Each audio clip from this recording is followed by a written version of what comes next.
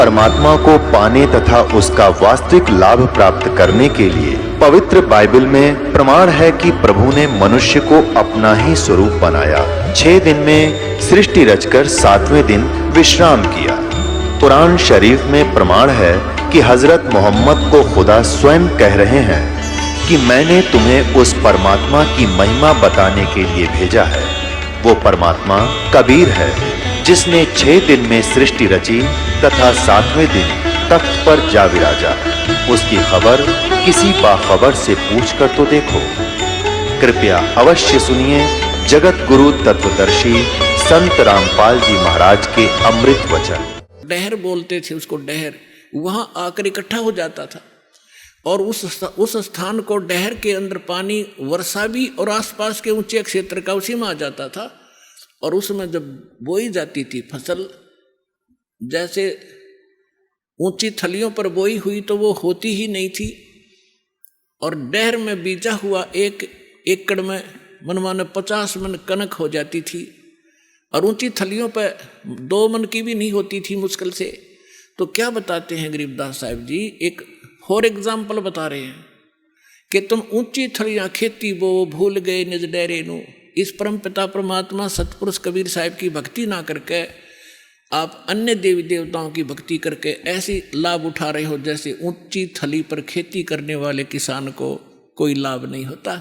और जो डहर में बीज बोता है, प्रयत्न दोनों एक जैसा ही करते हैं, तो उस डहर वाली यानी उपजाऊ जमीन में और समतल जमीन में घना लाभ होता है। तो ये समझाना चाहते हैं कि जो साधना हम बताते हैं वो तो डहर समझो। अब फिर बताते हैं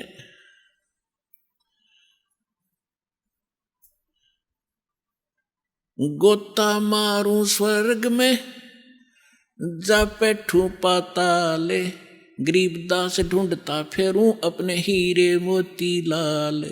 चारों युग में मेरे संत पुकारे और कूक कहा हम हेल रे, हीरे माणिक मोती बरस ये जग चुगता ढेल रे।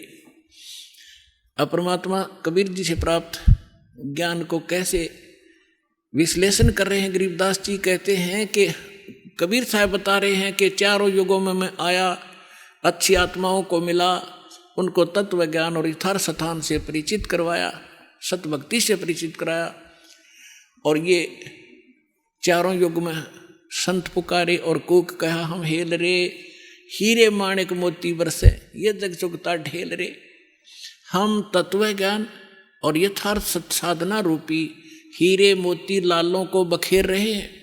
और आप जी इस ज्ञान से परिचित न होने के कारण इन लाल और हीरे मोतियों को ग्रहण ना करके कंकर पत्थर आन उपासना रूपी कंकर पत्थर इकट्ठे कर रहे हो, जो तुम्हें बाद में कोई लाभ नहीं देगी। उसी को यहां प्रमाणित कर रहे हैं।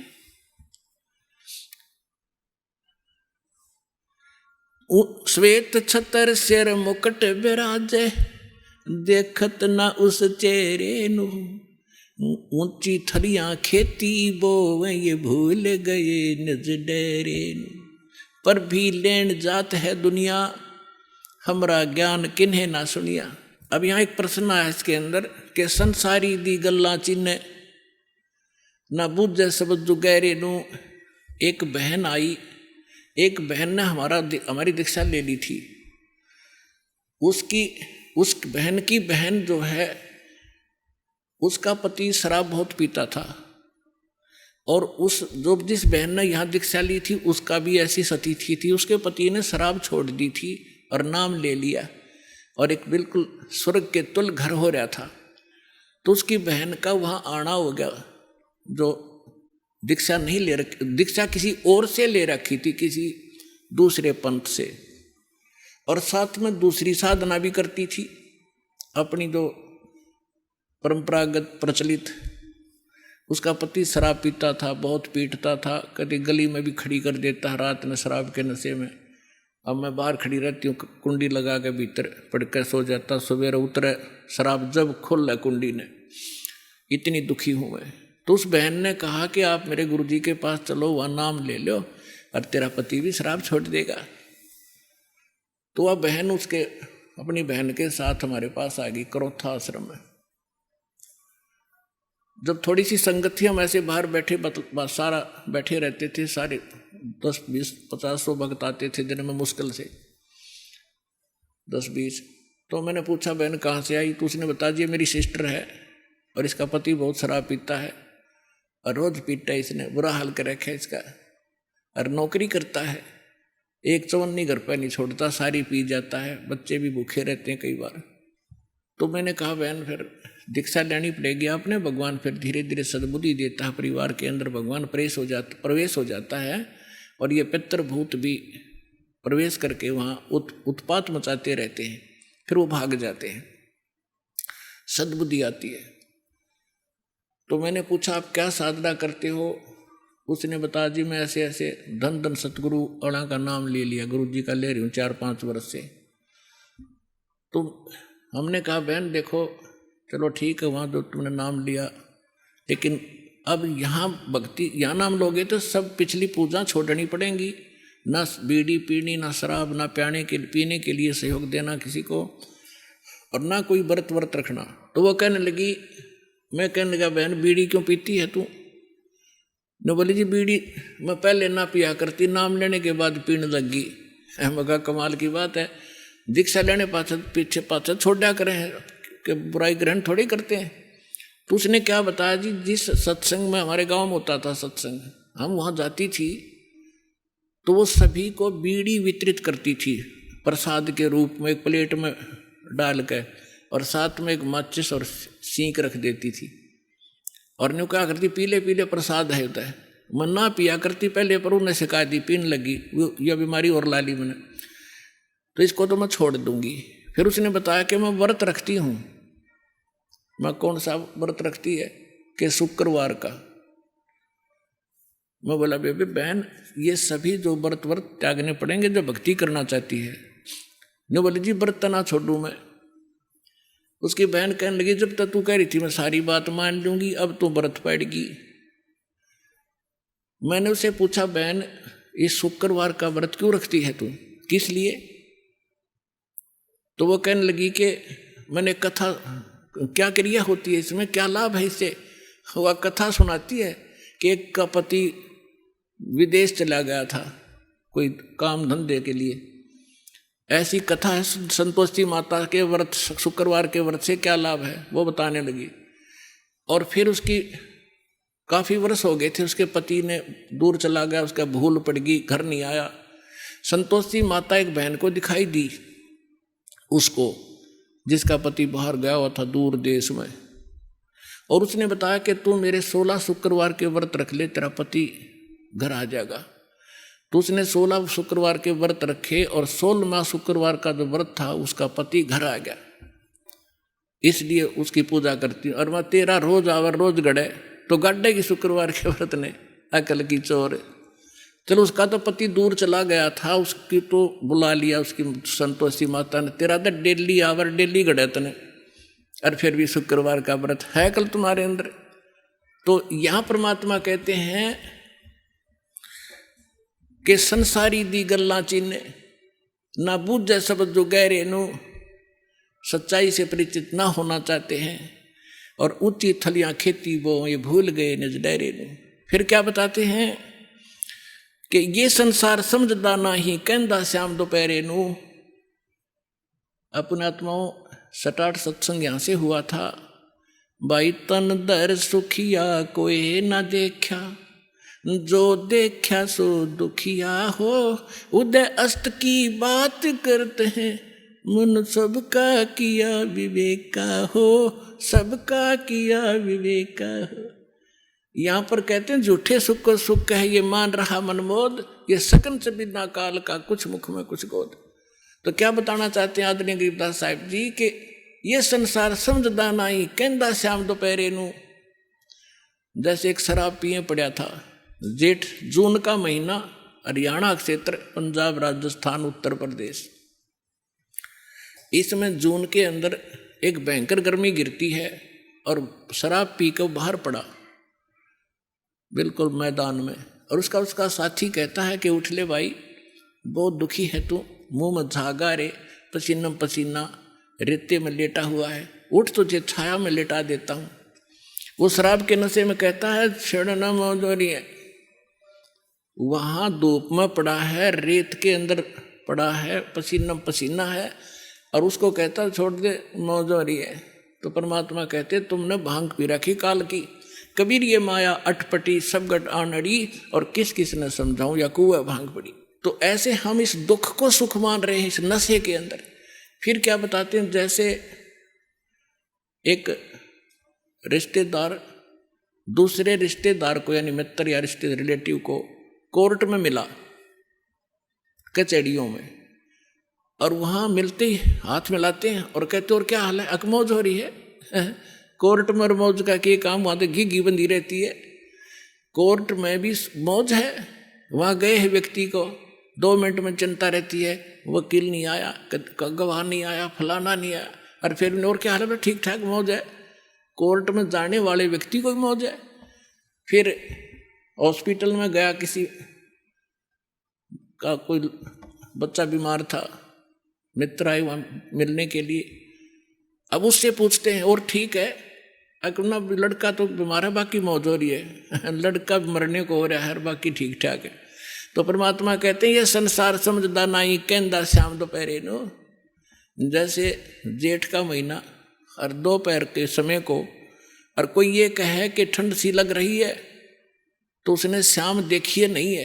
तो शाम के समय जो शीतलता होती है, तो दोपहर के समय वो धूप में जला हुआ भी ये कह रहा है कि कहंदा श्याम दोपहरे नु, यानी इस दुख को तुम सुख मान रहे हो, झूठे सुख को सुख कहे ये मान रहा मन मोदे, ये सकल चबीना काल का कुछ मुख में कुछ गोदे।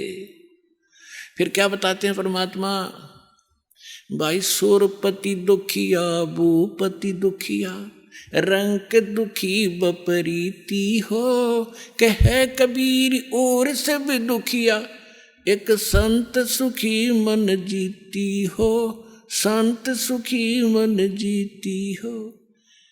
सुरपति देवताओं का राजा इंद्र भी दुखिया, और पूरी पृथ्वी का राजा भी दुखिया, और रंक तो स्वाभाविक दुखी, जो गरीब है वो तो दुखी है ही है। तो परमात्मा ने बताया है, कहे कबीर और सब दुखिया, एक संत सुखी मन जीती हो।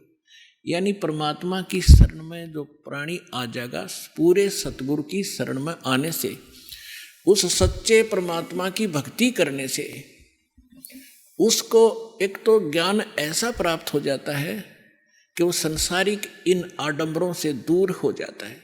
उसको ज्ञान ऐसा निर्मल मिल जाता है कि ऐसा निर्मल ज्ञान है ये निर्मल करे शरीर, और ज्ञान मंडलीक है भाई चकवे ज्ञान कबीर।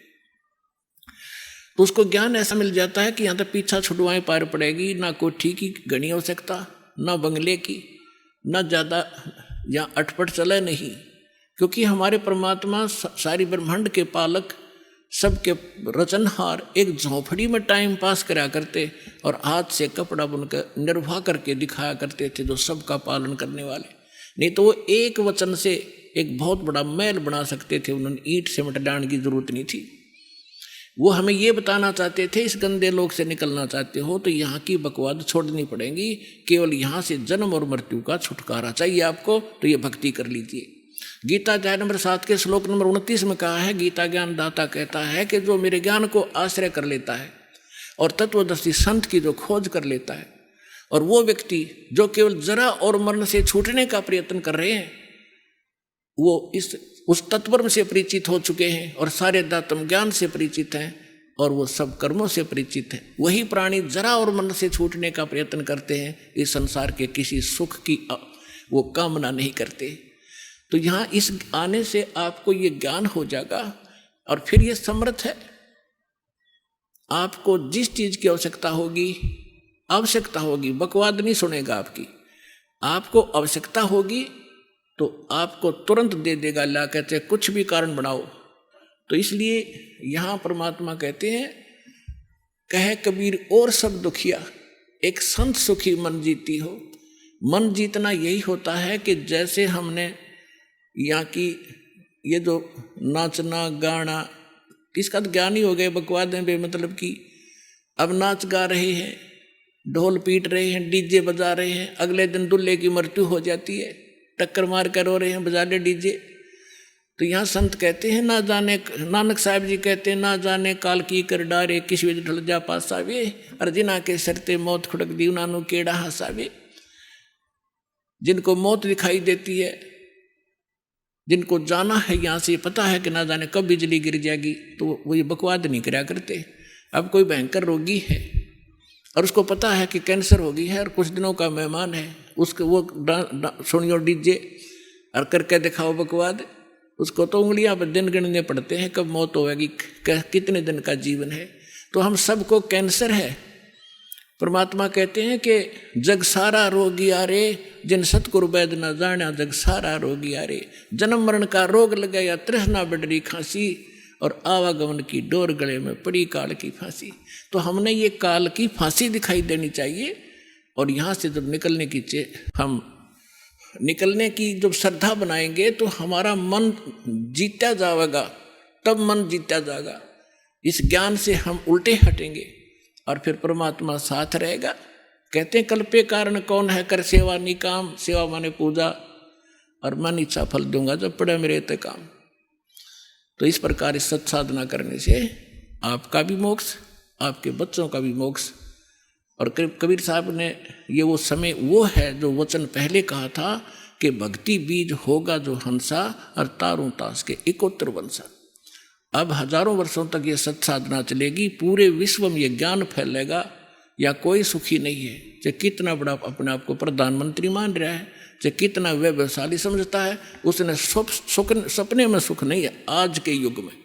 तो इस ज्ञान से, इस भक्ति से आपकी आवश्यकता भी पूरी होगी और मन भाग जाएगा, आत्मा दृढ़ होगी, आपका मोक्ष होगा, सतलोक चले जाओगे, सदा सुखी हो जाओगे और रहना मर्यादा के अंदर।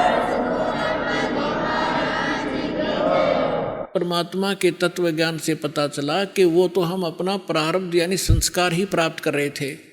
जैसे ही दास देखता है, सुनता है, भक्त आते हैं कि मैं 40 वर्ष से राधा स्वामी पंथ से जुड़ा हुआ था, कोई कहता 20 वर्ष से मैं धन धन सतगुरु पंथ से था, कोई राधा इस आसाराम जी से जुड़े थे, और आज बताते हैं कि हमारा सर्वनाश हो गया। पहले हमारी खूब मौज थी, गाड़ी भी थी, बिजनेस भी ठीक चला था, और आज रोड पर आ गए। तो वही तो साधना पहले करते थे जब आपका मौज माचरी थी, और वही साधना करते करते सर्वनाश हो गया, तो भाड़ में जाए सी भक्ति। तो कारण क्या था? अब उनको ज्ञान होगा, यहाँ आने से, सत्संग सुनने से पता चला कि वो तो उनका संस्कार था। जब तक आपके पुण्य चलेंगे, वह बैटरी चार्ज है और आगे चार्जर है नहीं इन्वर्टर का, तो जब तक वो पूर्व चार्ज बैटरी है उससे सारे काम होते दिखेंगे, पंखा भी चल रहा होगा और बल्ब भी जल रहा होगा। और जब वो एकदम डिस्चार्ज होएगी, डाउन होगी बैटरी, सारी सुविधा बंद हो जाएंगी आपकी, क्योंकि आगे चार्जर नहीं। तो सत भक्ति रूपी चार्जर इस आत्मा का फेर लाना पड़ेगा। ये पूर्व जन्म के पुण्य जिसके जैसे भी चल रहे हैं वो तब तक चलेंगे, और जब पापों का दौर शुरू होगा, जब कैर पे कैर टूटेंगे, और वह साधना फिर कति आपको सहारा नहीं देगी, क्योंकि वो पहले भी साधना लाभदायक नहीं थी, क्योंकि आपको ज्ञान नहीं था, जिस कारण से उन नकली संतों के अटपट के वचन सुन के और आप उनके पीछे लगे। उनके विषय में बताया कि चातुर प्राणी चोर हैं, ये मूड मुगत हैं ठोट, और संतों के निकाम के उनको जोगड़ जोट। फिर परमात्मा कहते हैं बेखों के लश्कर फिरे, इन पंथों के लश्कर यानी टोड़ के टोड़ बने फिरे हैं, ये बाणी चोर कठोर, और सतुर धाम ना पहुँचेंगे ये 84 के ढोर। परमात्मा कबीर जी की वाणी आप किसी भी संत पंथ से देखिएगा, कबीर जी की वाणी के बिना उनका सत्संग पूरा नहीं होता, और उन्हें कख नहीं पता कबीर जी बोल क्या रहे हैं, वो कहना क्या चाहते हैं। कहते हैं बेखों के लश्कर फिरे ये बाणी चोर कठोर, और सतगुरु सतलोक नहीं जाएंगे ये 84 के ढोर। तो पुण्यात्माओं, आपका सौभाग्य, आपको ज्ञान मिला और समाधान मिला, आपका कल्याण और आपके बच्चों का कल्याण निश्चित होगा। ये लिख लेना बेशक कि डायरी के अंदर जो दास वचन बोल रहा है, आपका बेड़ा पार होगा। जो लगे रहे, नियमित रहे।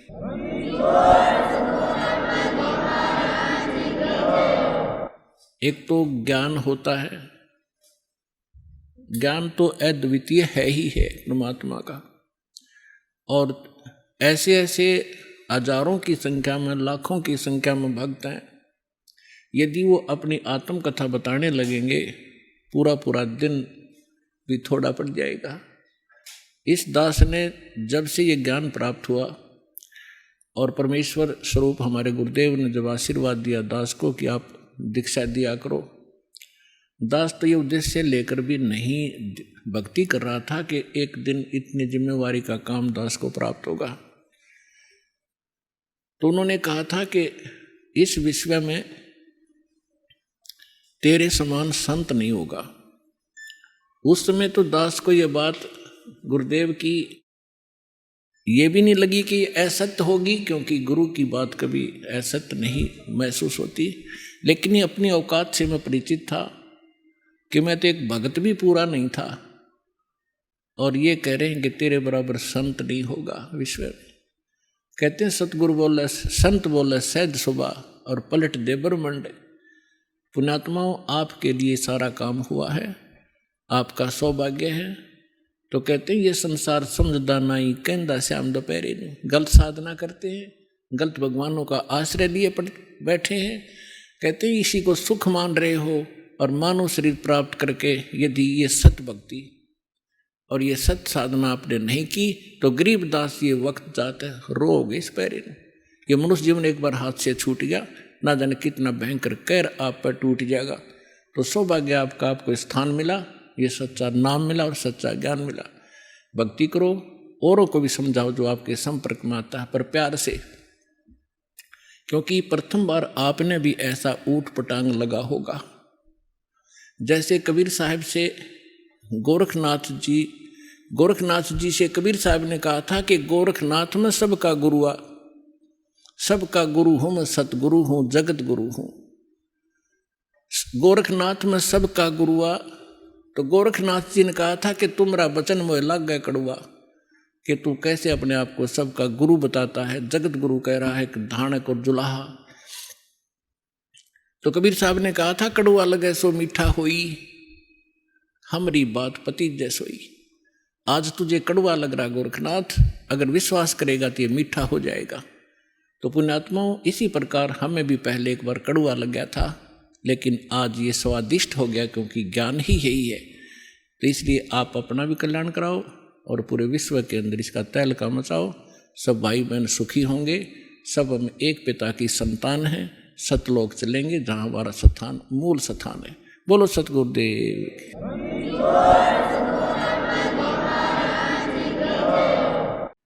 परमपिता परमात्मा पूर्ण ब्रह्म सर्व सृष्टि रचनहार कबीर परमेश्वर जी की असीम रजा से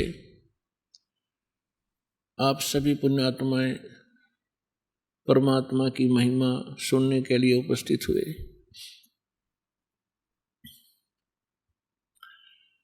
परमेश्वर अपनी जानकारी, अपने विषय में यथार्थ ज्ञान और सारी सृष्टि की रचना की जानकारी स्वयं ही प्रदान करने के लिए इस काल के लोक में सशरीर आते हैं, सशरीर चले जाते हैं। जैसा कि आप जी को बहुत बार सृष्टि रचना में बताया गया है कि आप सभी चींटी से लेकर हाथी तक जितने भी पशु पक्षी जलचर और जितने भी रंग से लेकर राजा मानव शरीरधारी प्राणी हैं, ये सभी उस परमात्मा कबीर जी की आत्मा है। और हमने अपने पैर पे आप कुल्हाड़ी मार रखी है अपनी गलती के कारण। फिर भी कहते हैं बच्चे गलती कर ही देते हैं, माता पिता फिर भी उनके लिए उनके बचाव का भरसक प्रयत्न करते ही रहते हैं जितना उनका सामर्थ्य होता है। पुण्यात्माओं, अभी आप बालक हो, बच्चे हो, इस ज्ञान में जिसमें आपको ये परमात्मा का यथार्थ ज्ञान होगा और आपकी आत्मा स्वीकार करेगी एक दिन के सचमुच ये स्थान ठीक नहीं और जो ज्ञान दास बता रहा है ये किसी डूम भाट के गीत नहीं है या किसी सांगी कवि के बनाए हुए एक फॉर्मेलिटी के 2 श्लोक नहीं है। ये God given complete spiritual knowledge है जो स्वयं परमात्मा ने आके ज्ञान बताया है। इसके साथ साथ वो परमात्मा अपनी लीला अनुसार जो वो लीला किया ही करते हैं, सतलोक से आए और जिन महापुरुषों को वो मिले उनको सतलोक लेकर गए, उस स्थान पर लेकर गए जो हमारा मूल स्थान है, जहाँ आप और हम सभी रहा करते थे, आपका परिवार था। वहाँ पर सभी सृष्टि ऐसी ही है, ऐसे ही नर और नारी करके वहाँ सब बच्चे हैं, सारी सुविधाएं हैं, उसी की डुप्लीकेट नकल काल ने यहाँ कर रखी है। एक तो सोने के खिलौने हो और एक मिट्टी के कुम्हार के बनाए हुए, तो उनमें और उनमें बहुत अंतर होता है। वो कुम्हार के बनाए हुए खिलौने तो 2 मिनट में टूट जा, हाथ पाव न टांग पाओ उसकी, और सोने के बने हुए कहीं पटको उठा के उनका कुछ नहीं बिगड़ता, कीमत गनी होती है। तो सतलोक के अंदर आपको ऐसा शरीर मिलेगा जिसका नाश कभी नहीं होता, उसमें वृद्ध अवस्था नहीं है, बुढ़ापा नहीं है, सदा युवा बने रहोगे। और जिस सुख को और जिन क्रियाओं को आप यहाँ करते हो, सैर सपट्टा करना प्रत्येक आत्मा चाहती है, हिल स्टेशनों पर घूम का वहाँ जाकर पार्कों में डोड़ा में घूमें, ये सारी सुविधाएं आपको सतलोक में प्राप्त है। प्रत्येक के घरों में ऐसा है, और घूमने के लिए आपके पास विमान है, वहाँ पर विमान। यहाँ तो एक मोटरसाइकिल हो जाए वह बड़ी बात मानते हैं हम, और 6 दिन में तेल डलाना पड़ेगी तो लंबे सफर में जावत है। तो वहाँ कुछ भी नहीं है, निष्कर्म मोक्ष वहाँ प्राप्त होता है, बिना काम किए सारे सुख प्राप्त होंगे, लेकिन वो होगा यहाँ किए हुए का प्रतिफल। जैसे बच्चा विद्यालय में जाता है और विद्यालय में यदि वो उन सुखों को प्राप्त करता रहे जो उसने नौकरी प्राप्त करने थे, विद्यालय में यदि वो ऐसे ही सैर सपट्टे करता रहे, टीवी फिल्म देखता रहे, गाने सुनता रहे, जो उसका उद्देश्य उसको कर नहीं रहा, तो वो आगे चल के बहुत दुखी होता है। इसी प्रकार वो जो विद्यार्थी अपने सच्चे दिल से पढ़ाई कर जाते हैं, सफल हो जाते हैं, तो फिर उसको उस फील्ड में जा करके वो सुविधाएं प्राप्त होती हैं जो उसकी शिक्षा का ही प्रतिफल होता है। ठीक इसी प्रकार आप जी विद्यार्थी हैं जिनको मानव शरीर प्राप्त है, ये सब ड्रेस है अलग से। जैसे विद्यालय में जाने वाले विद्यार्थियों की अलग से पोशाक होती है,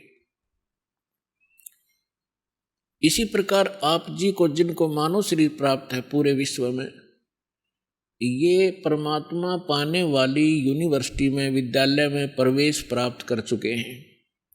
इनके इतने अच्छे नंबर थे कि इनको प्रवेश मिल गया और ये ड्रेस मिल गई, नहीं तो कुत्ते गधे सुअर की ड्रेस ये पहले आप पहने हुए थे।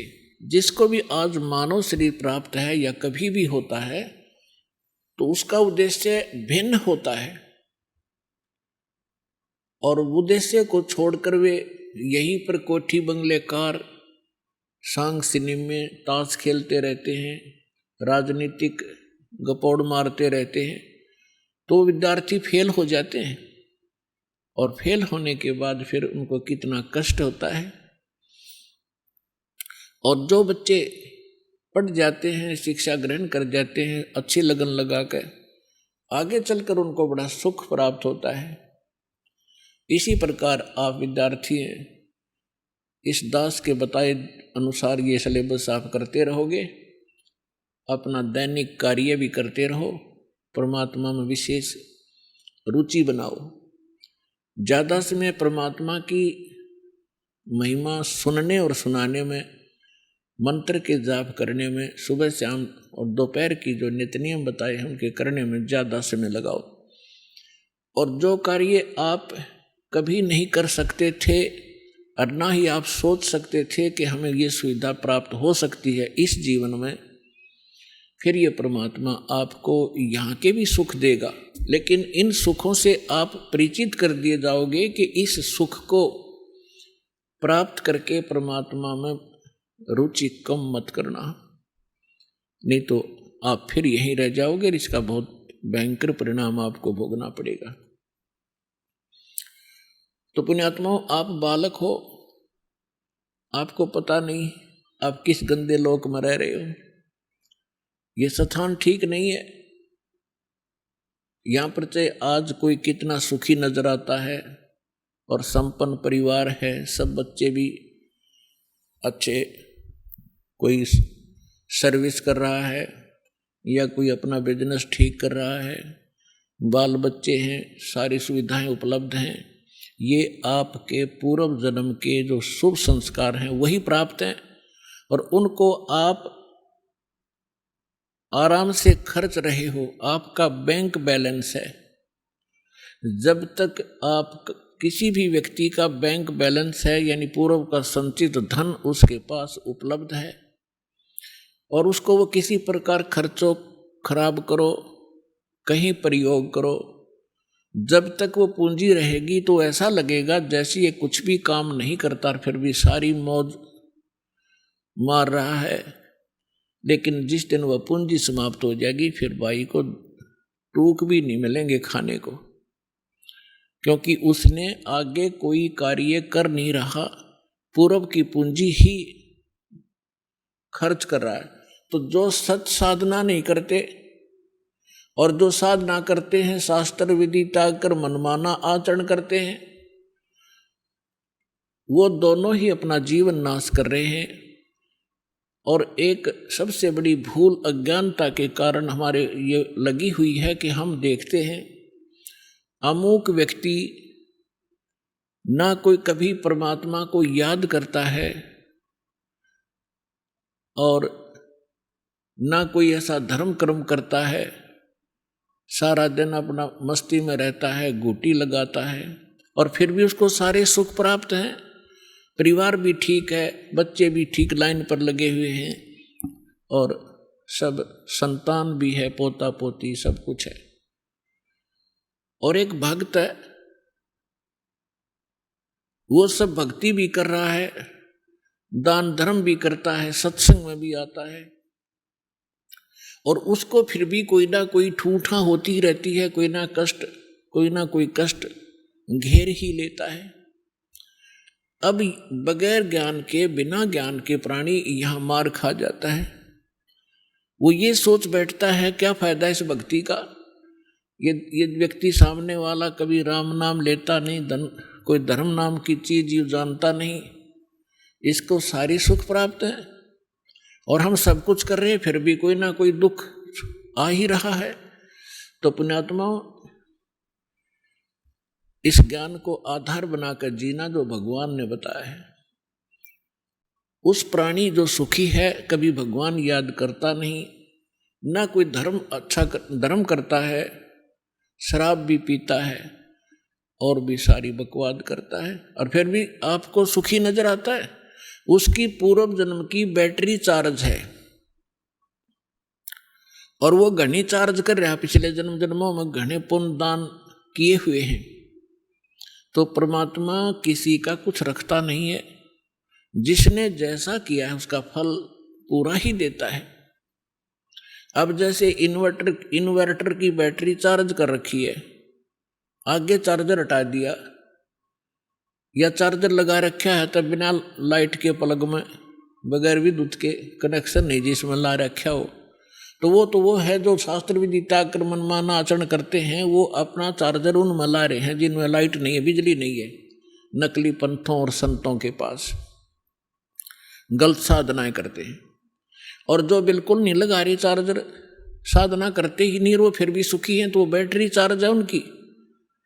और जो नकली स्थान पर प्लग जिसमें बिजली है नहीं उसमें प्लग लगाए बैठे हैं, और वो अभी सुखी महसूस करते हैं अपने आप को, क्योंकि उनकी भी बैटरी अभी चार्ज है, लेकिन वो चार्जर ठीक नहीं है, और जो नहीं लगा रहे वो भी ठीक नहीं है। जब तक उनके पूर्व जन्म के पुण्य चलेंगे तब तक तो वो सुखी नजर आएंगे, और जब शुरू होगा पाप का दौर, कैर पे कैर टूटेंगे उनके समझ में नहीं आओगी अब बन क्यों कर गई, हमारे साथ क्या बन गई। तो भक्तों को इस बात को ध्यान रखना चाहिए कि परमात्मा, यदि आपको कोई कष्ट भक्ति करते करते भी हो रहा है, एक आध अनजान भक्त कहता है जी मैंने पाठ भी करा दिया, ज्योत भी बोल दी, सारा भक्ति भी कर रहा हूँ, 1 साल हो गया है, और फिर भी मुझे ऐसा हो गया, मेरी भैंस मर गई, कोई लाभ नजर आ नहीं रहा। अरे भले आदमी, यह भी कोई बात कही आपने, तो बिना समझ का आदमी ये बात कर सकता है व्यक्ति। जैसे सर्दी के मौसम में आपको सलाह दी गई अपने माता पिता के द्वारा, बेटा स्वेटर पहन लो, जराब पहन लो, जूते पहन लो, और सर्दी ज़्यादा है, अब जराब भी पहन रखी है, जूते भी पहन रखे हैं, कमीज मोटा पहन रखे और स्वेटर भी पहन रखी है, और फिर भी सर्दी महसूस हो रही है। तो क्या वो बच्चा ये कहेगा कि मैंने सारा कुछ पहन रखा फिर भी सर्दी लग रही है, इन्होंने क्या बचाव किया मेरा। अपने आत्माओं, कई भक्त अनजान कहते हैं मुझे कोई लाभ नहीं हुआ, मैं तो भक्ति ही छोड़ दूंगा। तो ये बातें इस ज्ञान को सच्चे ढंग से अच्छी तरह ना समझने के कारण ही ये मन में इस प्रकार की जो दुर्भावनाएं पैदा होती हैं। उसके लिए सत्संग ध्यान से सुनना चाहिए। अब जिस व्यक्ति ने सर्दी के सारे कपड़े पहन रखे हैं और फिर भी सर्दी महसूस हो रही है, तो वह सर्दी घनी है। और वो यूं कहे क्या फायदा है इन कपड़े के पहनने का, जर्सी पहन रहा, स्वेटर पहन रहा। तो उसका समाधान ये है कि यदि ये ना पहन रखे होते तो नमूनिया होकर मर जाता है। तो पहले इन्होंने अपने सत्र का बचाव कर रखे आपके, लेकिन सर्दी घनी है या लगती रहेगी, हानि नहीं कर सकेगी आपको अब। और ये ना पहन रहा होता तो नमूनिया होकर मर जाता। तो पुण्यात्माओं, जो भक्ति आप कर रहे हो, साधना कर रहे हो, पुण्य करते हो, दान करते हो, ये आपको स्वेटर, जर्सी और जुराब पर आई जा रही है, और फिर भी कोई हानि हो रही है तो होने दो वो, क्योंकि आपके पाप कर्मों की सर्दी घनी है, लेकिन वो हानि नहीं कर सकती। थोड़ी बहुत आपको आभास अवश्य होगा, जैसे हाथ ठंडे हो गए, कान्ना का ठंडी ठंडी हवा लग रही है, लेकिन हानि नहीं कर सकता आपको, क्योंकि आपने बहुत बचाव के कपड़े डाल रखे। इस बात को ध्यान रखना। और दूसरी बात यह है कि परमात्मा कहते हैं, कबीर परमेश्वर जी कहते हैं, हमारा दिल डांटने के लिए, दिल डांटने का मतलब इस मार्ग पर स्थिर रखने के लिए, और यथार्थ ज्ञान बताते हैं। कबीर सुख के माथे पत्थर पड़ो, जो नाम हृदय से जावे, बलिहारी उस दुख के जो पल पल नाम रटावे। अब परमात्मा कहते हैं, इसे सुख के आग लगे भाड़ में जावे, जिस तो भगवान की भूल पड़े, आपका नाम याद ना आवे परमात्मा, ऐसा सुख मत देना। और बलिहारी व दुख के जो पल पल नाम रटावे। पुण्यात्माओं देखो, हमें अभी तक ज्ञान तो कह भी नहीं था अध्यात्म मार्ग का। वैसे अपनी परंपरागत साधनाएं पुण्यात्मा किया ही करते हैं, वो डट नहीं सकते, रुक नहीं सकते, उनकी आत्मा में इतनी तड़फ होती है। अब परमात्मा हमें थोड़ा बहुत कष्ट अवश्य रखेगा। यदि आपको सर्व सुख यहाँ प्राप्त होगे तो आप वही हो जो सर्व सुख को सतलोक में ठोकर मार के आएंगे।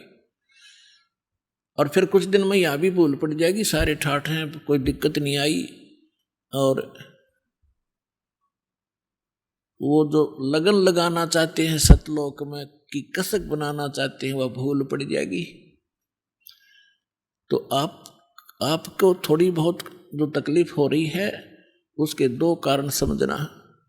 एक तो ये समझना कि हे परमात्मा, आपकी शरण में और आपकी भक्ति करते करते और ये दान धर्म करते करते भी मुझे कष्ट हो रहा है, आपकी शरण में ना होता तो ना जाने के बिजली गिर जाती मेरे घर के ऊपर, मेरे शरीर के ऊपर।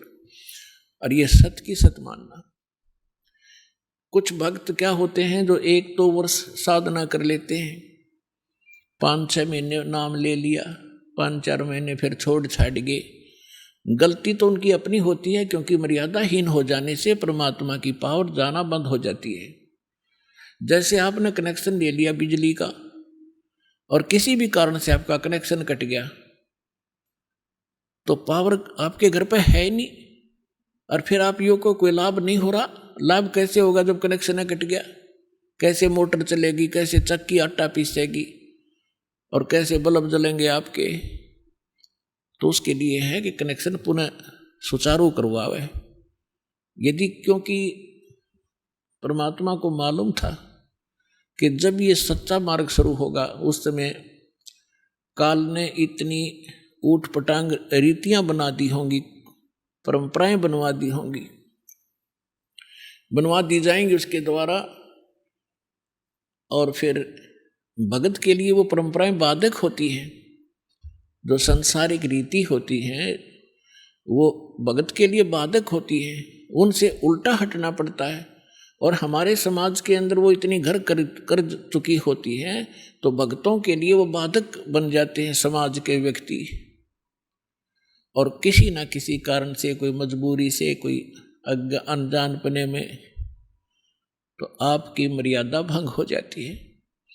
उसके लिए सुविधा दी है कि आप हृदय से पुकारो, और फिर आगे ऐसी गलती ना हो, समाज से संघर्ष करो, लड़ना नहीं है।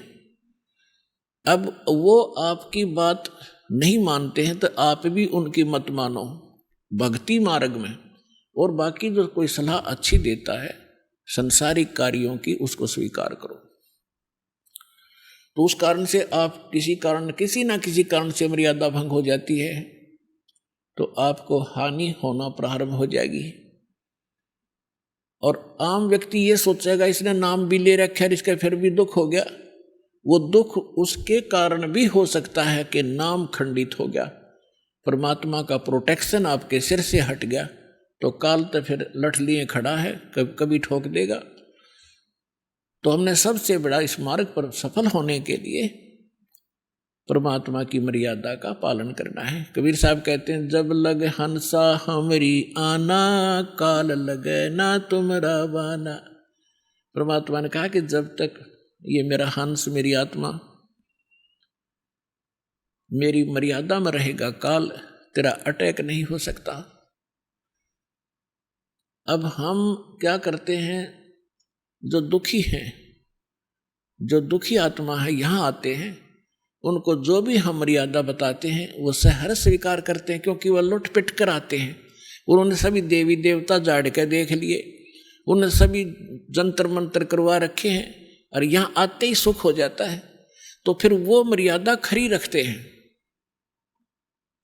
क्योंकि उनको मालूम है यदि मर्यादा भंग होगी तो वो कैर फिर टूटने लग जाएगा। और जो बीच बिचाला सा है, जो ना घने दुखी हैं ना घने सुखी हैं, और वो यहाँ आते हैं, नाम ले लेते हैं।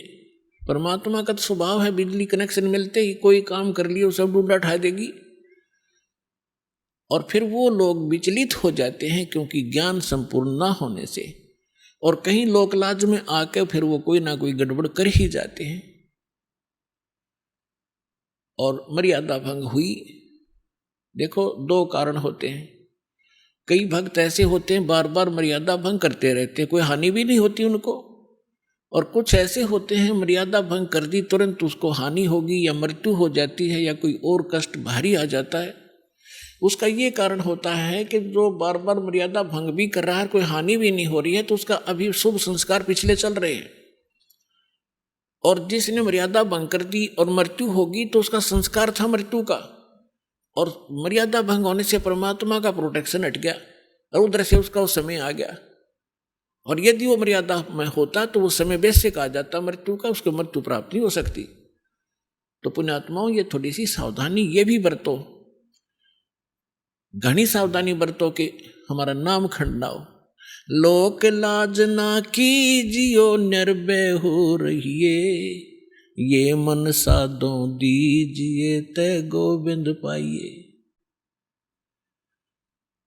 परमात्मा कहते हैं लोक लाज ना करना अगर इस मार्ग में सफल होना है तो। हाँ, लोक लाज वो करो जो चोरी नहीं करे, उसमें लोक लाज माने, जारी नहीं करे, रिश्वत नहीं लेनी चाहिए और झूठ नहीं बोला, किसी को ठगा नहीं, ये है लोक लाज करण की। लेकिन ये लोक लाज नहीं करे कि भक्ति मार्ग में बाधक हो। तो कबीर साहब कहते हैं कुल करनी के कारण ये हंसा गया बिगो, और तब ये कुल के कर लेगा जब तू चार पाया का हो।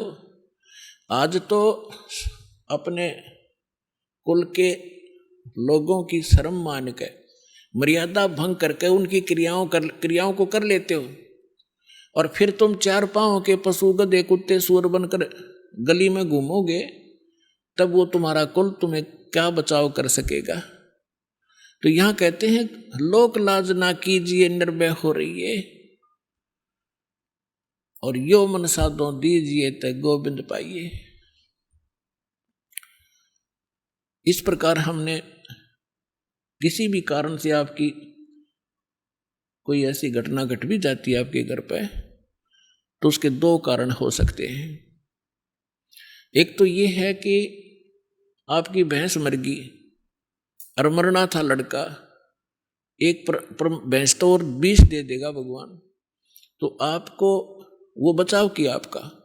फिर दूसरा ये होता है कि जैसे कई भक्त होते हैं दुखी होकर आते हैं, कुछ एक को तो आप देख रहे हो, जैसा बहुत अनुभव सुनते हैं भक्तों की अपनी आत्मकथा, कई तो ऐसे होते हैं आते ही नाम लेते हैं और तुरंत ठीक हो जाते हैं अधिकतर, और कुछ एक ऐसे होते हैं नाम ले भी लेते हैं, 2 4 10 बार चक्कर भी लगा लिए, राहत नहीं, जो वो सोचकर आते हैं कि हमें ये होना चाहिए और वो नहीं हो रहा, तो वो ये सोच बैठते हैं कि मुझे तो कोई लाभ नहीं हो रहा। तो उसके कारण आपको बता दिया, बहुत से ऐसे हैं कि जैसे या तो मर्यादा भंग आपकी।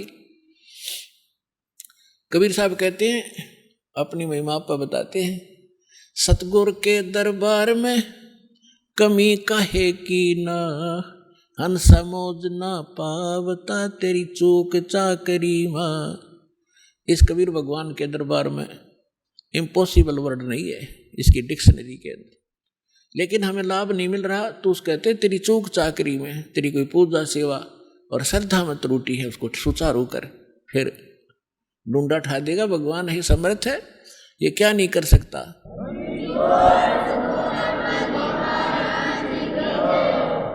एक झोपड़ी में रहने वाला एक जुलाहा, जो संसार उसको जुलाहा मानने थी जाने थे, अब तो 10 पार खू हो गया, हमें पता लगा तो लाल थे भगवान थे, और जिसके द्वार पर 18 लाख व्यक्ति आ गए, जिसके सुबह का आटा घर में ना हो और उसके घर पर 18 लाख मेहमान आ जाए, चिट्ठी बाई इनविटेशन, और सबको फिर 3 दिन तक वो मोहन भोजन खिला रहे हैं, सब हलवा पूरी खीर खांड और सूखा सीधा को ले जाता, ले जाओ खा लियो अपने घर पर जाके, और 1 रुपये 1 2 दे रहे हैं। तो पुण्यात्माओं, वही समर्थ आज आपके साथ है, तो वो क्या नहीं कर सकता आपके लिए।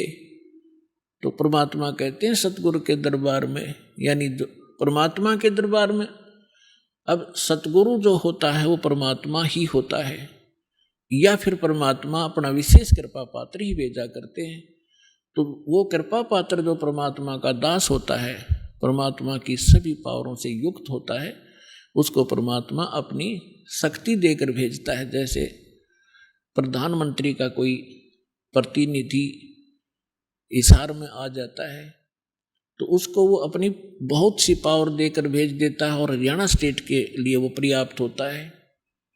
जो उसकी रिक्वायरमेंट होती है वो पूरी कर देता है 1 मिनट में। तो इसी प्रकार जैसे प्रसंग चल रहा है कि कुछ भक्त आप देखते हो आशीर्वाद लेते ही और सब दुख दूर हो जाते हैं, शारीरिक कष्ट, प्रथम तो शारीरिक कष्ट ही दुख मानते हैं और फिर घर में सुविधाएं प्रारंभ हो जाती हैं। अब दूसरे को ऐसा नहीं हो रहा है तो ये सोचना चाहिए कि जैसे डॉक्टर के पास सैकड़ों मरीज जाते हैं रोगी, और एक रोगी को तो 4 टैबलेट देता है और अगले दिन बताता है जी मैं स्वस्थ हो गया, और एक का इंजेक्शन भी लाता है, ग्लूकोज भी चढ़ा देता है, एडमिट भी करना पड़ जाता है, और फिर 1-2 महीने तक उसको टैबलेट दी जाती है। तो स्वस्थ करके छोड़ेगा डॉक्टर, क्योंकि उसको पता है ये रोग भयंकर है, ये 4 गोलियों से ठीक होने का नहीं है। तो पुण्यात्माओं, आप जी ने ये ध्यान रखना चाहिए। एक तो इसमें ज्ञान परमात्मा ने इसलिए आधार बनाया है क्योंकि जब परमेश्वर कबीर जी 600 वर्ष पहले आए थे, सन 1398 से सन 1518 तक जब परमात्मा यहाँ आए थे तो उन्होंने अपनी वो सारी लीला करके दिखाई थी जो भगवान किया करते हैं। तो जो प्रसंग चल रहा है हम उसी पर आते हैं। जैसे कोई एक्सीडेंट हो गया किसी व्यक्ति का। आइए अब हम उन श्रद्धालुओं के अनुभव जानते हैं जो जगत गुरु तत्वदर्शी संत रामपाल जी महाराज जी से दीक्षा प्राप्त कर चुके हैं तथा उनके द्वारा बताए गए भक्ति मार्ग पर चल रहे हैं। नमस्कार जी। नमस्कार जी। क्या नाम है जी आपका? राधिका साहू। राधिका जी, आप कहाँ से हैं? ग्राम सिंहपुर और जिला धमतरी, तहसील कुरूद, छत्तीसगढ़ से। संत रामपाल जी महाराज से नाम दीक्षा आपने कब ली? संत रामपाल जी गुरु महाराज से दीक्षा 10/8/2016 को ली हूँ मैं। संत रामपाल जी महाराज से नाम दीक्षा लेने से पहले क्या आप कोई भक्ति साधना भी करती थी? जी सर, मैं गायत्री परिवार में एक परिवाजक की पद पे नियुक्त थी। गायत्री शक्तिपीठ सिवनी मालवा, जिला होशंगाबाद में हम लोग वहाँ पर पंडिताई करते थे और पंडिताई करते करते पूरा कर्मकांड कराते थे। वहाँ पर पूरा पूजा कराते थे हम लोग। क्या पूजा करती थी आप वहाँ? गायत्री परिवार के जितने भी कर्मकांड होते हैं वहाँ पर कथा और अभिषेक, क्या बोलते हैं, शादी, जितने भी कर्मकांड के अंदर संस्कार, पुंसवन संस्कार, अन्नप्राशन संस्कार, विवाह संस्कार, पूरे संस्कार कराते थे हम लोग। कितने साल तक रहे आप वहाँ? 18 साल रहे सर जी हम लोग। जैसे कि आपने बताया कि आप गायत्री परिवार में थे और 18 साल से वहाँ कर्मकांड कराते थे, विवाह संस्कार कराते थे, तो फिर संत रामपाल जी महाराज की शरण में आप क्यों आए? क्या कारण रहा? गायत्री परिवार में हम लोग पूजा पाठ करते हुए बहुत दुखी थे सर जी। मेरे शरीर में एक प्रेत थी, एक जीन था और एक प्रेत थी, एक साधु की आत्मा को और एक जीन को। वहाँ पर जो लोकल पंडित जी थे, जो पहले पुजारी थे, वो कहते थे अगर आप लोग यहाँ रहोगे तो आपकी पत्नी को मैं, हमारे यहाँ सर जी से बोलते थे कि अगर आप लोग यहाँ पर पूजा करोगे तो आपकी पत्नी को 3 महीने बाद में आप नहीं पाओगे। तो हम लोग उस समय घमंड करते थे पंडित श्री राम शर्माचार्य जी पर। हम लोग सोचते थे कि हमारे साथ में पंडित श्री राम शर्माचार्य जी, हमारा कोई बाल बांका नहीं कर सकता। हम लोगों को बहुत घमंड था, तो हम लोग एक तरफ कर दिए उनके बातों को और वहाँ पर पूजा पाठ करते रहे। पर 3 महीने ही ठीक रहे सर जी हम लोग। 3 महीने बाद में मेरे शरीर में वो प्रेत आ गया। प्रेत आने के बाद में मेरी लड़की शांत हो गई मेरे पेट में 7 महीने की। उसके बाद में मेरी एक से एक तकलीफ, मेरे को दिन और रात उल्टियाँ होती थी सर जी। दिन और रात में एक दाना भी मेरे शरीर में नहीं बचता था और 40-50 बार मेरे को आँव के दस्त लगते थे। मैं खड़े भी नहीं हो पाती थी। मेरे यहाँ सर जी मेरे को टॉयलेट में उठा के लेके जाते थे। दिन और रात 6 महीना तो मैं 1 सेकंड सो भी नहीं पाती थी, इतनी तकलीफ होती थी। वो प्रेत मेरे को बहुत तकलीफ देता था, मतलब मछली जैसे तड़पती थी सर जी में, बहुत ज़्यादा तकलीफ होती थी। उसी के दरमियान तकलीफ भी रहती थी, मंदिर भी संभालना रहता था और छोटा सा मेरा बच्चा था उसको भी देखना रहता था। बहुत तकलीफ देखा है हम लोगों ने। उस प्रेत ने मेरे को बहुत ज़्यादा तकलीफ दी है।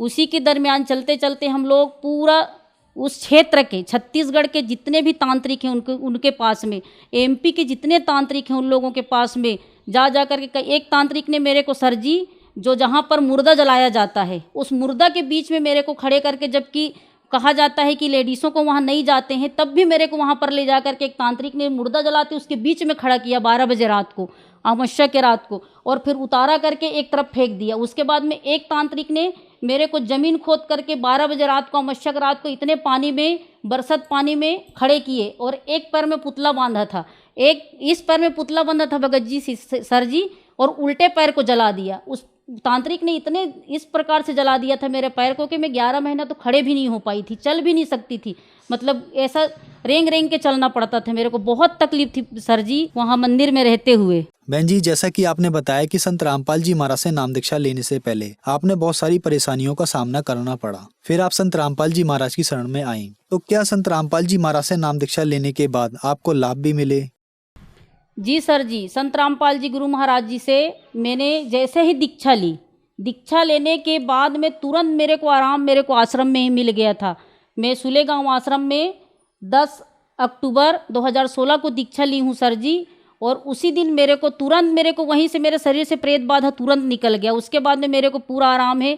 मैं 18 साल तक सर जी ना मैं चावल खा पाती थी, कुछ भी नहीं खा पाती थी, सिर्फ मूंग की दाल, लौकी की जूस और एक रोटी कभी खाती नहीं खा पाती थी सर जी। मैं चल भी नहीं सकती थी, मैं कुछ भी काम नहीं कर सकती थी। मेरा बच्चा है आज, उसकी रमैणी हो चुकी है, शादी हो चुकी है, वो पहली क्लास में था, मैंने उसको कभी टिफिन बना के भी नहीं दिया, इतनी मेरी स्थिति खराब थी जब गायत्री परिवार में थी तब। और आज मैं बिल्कुल ठीक हूँ, बिल्कुल स्वस्थ हूँ संत रामपाल जी गुरु महाराज जी से जुड़ने के बाद। जैसे कि आपने बताया कि आप गायत्री परिवार में थी और आप पर दुखों का पहाड़ टूट गया था, तो क्या कारण था कि गायत्री परिवार में इतनी भक्ति करने के बाद भी आप इतने दुखी थे? इसका मेन कारण ये था सर जी, गायत्री परिवार में जो मंत्र बोलते हैं, गायत्री मंत्र, वो शास्त्र के विरुद्ध साधना है, और संत रामपाल जी गुरु महाराज जी है शास्त्र के अनुकूल साधना बताते हैं। परमात्मा जो है सच्चा ज्ञान देते हैं और वो सच्चा ज्ञान नहीं है। यहाँ पर उस मंत्र में शक्ति नहीं है। उसको जरूर कहते हैं कि गायत्री मंत्र वेदों का मंत्र है, सबसे बड़ा मंत्र है, पर उस मंत्र में शक्ति नहीं है सर जी। उस मंत्र के मैंने लाखों करोड़ों जाप किए हैं, एक 1.25 लाख का अनुष्ठान करती थी, 24 हज़ार अनुष्ठान करती थी। मेरे जैसे व्रत नवरात्रि 9 दिन में बिना खाए पिए व्रत करती थी, और सोमवार को व्रत करती थी, रविवार को व्रत करती थी, गुरुवार को व्रत करती थी, एकादशी का व्रत करती थी, तब भी मुझे कुछ लाभ नहीं मिला। पर संत रामपाल जी गुरु महाराज जी से दीक्षा लेते ही मुझे तुरंत लाभ मिला है सर जी। गायत्री परिवार में आप लोगों ने देखा होगा, सुना होगा, गायत्री जो मंत्र है उसको वेदों का मंत्र कहा गया है। यजुर्वेद में उसमें ओम नहीं दिया हुआ है, और गायत्री परिवार में जो पंडित श्री राम शर्माचार्य जी उसमें अपने तरफ से ओम लगा दिए हैं। वो मंत्र है भूर्भुवः स्वः तत्सवितुर्वरेण्यं भर्गो देवस्य धीमहि धियो यो नः प्रचोदयात्। ये यजुर्वेद में दिया है, उसमें पंडित श्री राम शर्माचार्य जी ने अपने तरफ से उन्होंने उसमें ओम लगा दिए हैं। तो ये शास्त्र के विरुद्ध साधना है, और इसके कारण से लोगों को लाभ नहीं मिलता है। और हमारे संत रामपाल जी गुरु महाराज शास्त्र के अनुकूल साधना बताते हैं, इसलिए प्रत्येक मनुष्य को इसमें लाभ मिलता है।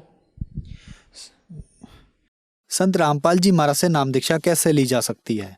संत रामपाल जी से नाम दीक्षा लेने के लिए विभिन्न चैनलों पर सत्संग आते हैं। 13 चैनलों में चलता है, विभिन्न चैनलों में, और नीचे पीली पट्टी आती है, उन पे नंबर चलते हैं। उन नंबरों से संपर्क करके आप नाम दीक्षा केंद्रों का पता लगा सकते हैं, और आपको ज्ञान गंगा जीने की राह बुक बुला करके आप अध्ययन कर सकते हैं। धन्यवाद जी। सत साहिब।